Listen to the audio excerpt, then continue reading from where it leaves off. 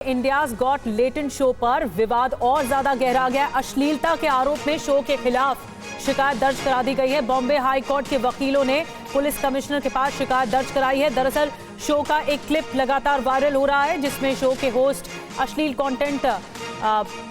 Comment बोलते हुए नजर आ रहे हैं। हिंदू आईटी सेल ने यह शिकायत दर्ज कराई है।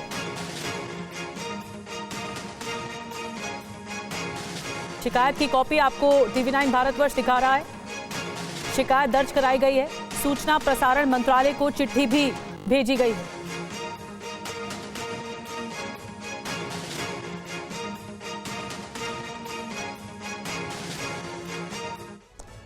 और वहीं शो के खिलाफ उद्धव गुट ने आवाज उठाई है। यह खबर भी आपको बता दें, ऐसे शो के खिलाफ कार्रवाई हो।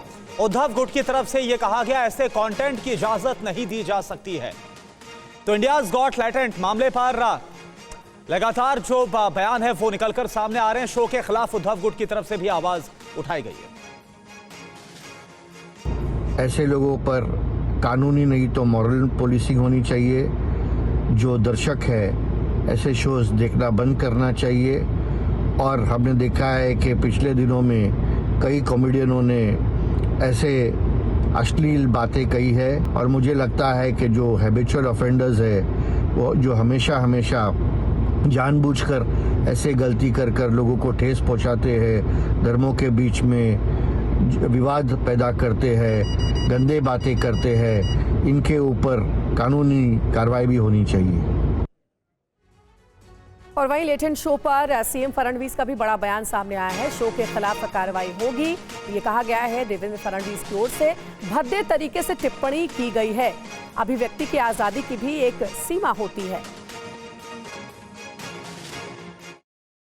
मुझे भी इसकी जानकारी मिली है। मैंने अभी तक उसको फर्स्ट हैंड देखा नहीं है, लेकिन बहुत भद्दे तरीके से कुछ चीज़ों को कहा गया है, प्रेजेंट किया गया है, ऐसा मुझे भी पता चला है, जो बिल्कुल गलत है।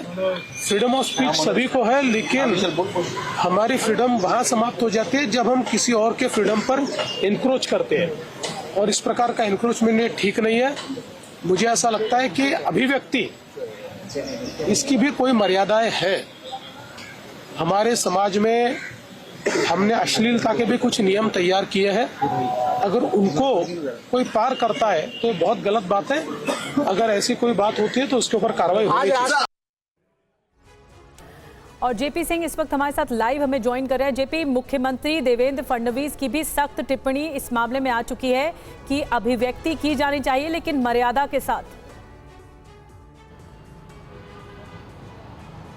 जी बिल्कुल अंजलि, और इसमें साफ तौर पर जो अभी TV9 भारतवर्ष को जानकारी मिली है, महाराष्ट्र सरकार इस पे सख्त एक्शन लेने के मूड में भी है। जो महिला बाल विकास मंत्रालय है और उसके जो अधिकारी हैं वो भी इस पूरे वायरल वीडियो की छानबीन कर रहे हैं, इसकी डिटेलिंग ले रहे हैं। कानूनी पहलू भी समझा जा रहा है। अब तक करीब 10 शिकायतें अलग अलग जगह पर दर्ज हो चुकी हैं, जिसमें खार पुलिस स्टेशन है, महिला और बाल विकास मंत्रालय है, इसके अलावा केंद्रीय सूचना प्रसारण मंत्रालय है, मुंबई पुलिस की कमिश्नर ऑफिस में भी 4 शिकायतें गई हैं। तो अलग अलग शिकायतें लगातार जा रही हैं और शिकायतों के रुकने का सिलसिला थम नहीं रहा है, क्योंकि बयान इतना ज़्यादा भद्दा और अश्लील है कि इसको कोई भी जो है बर्दाश्त नहीं कर पा रहा है कि फ्रीडम ऑफ स्पीच के तहत आप क्या बोलें, कितना सेंसर रखें अपने बयानों को, वो एक बहुत बड़ा मायने रखता है। खास करके ऐसे सेलिब्रिटी, ऐसे कंटेंट क्रिएटर या फिर ऐसे जो इन्फ्लुएंसर हैं जिनकी फ़ैन फॉलोइंग बहुत बड़ी है, उनको कम से कम अपने बयानों को बहुत सोच समझकर बोलना चाहिए सार्वजनिक मंच पर।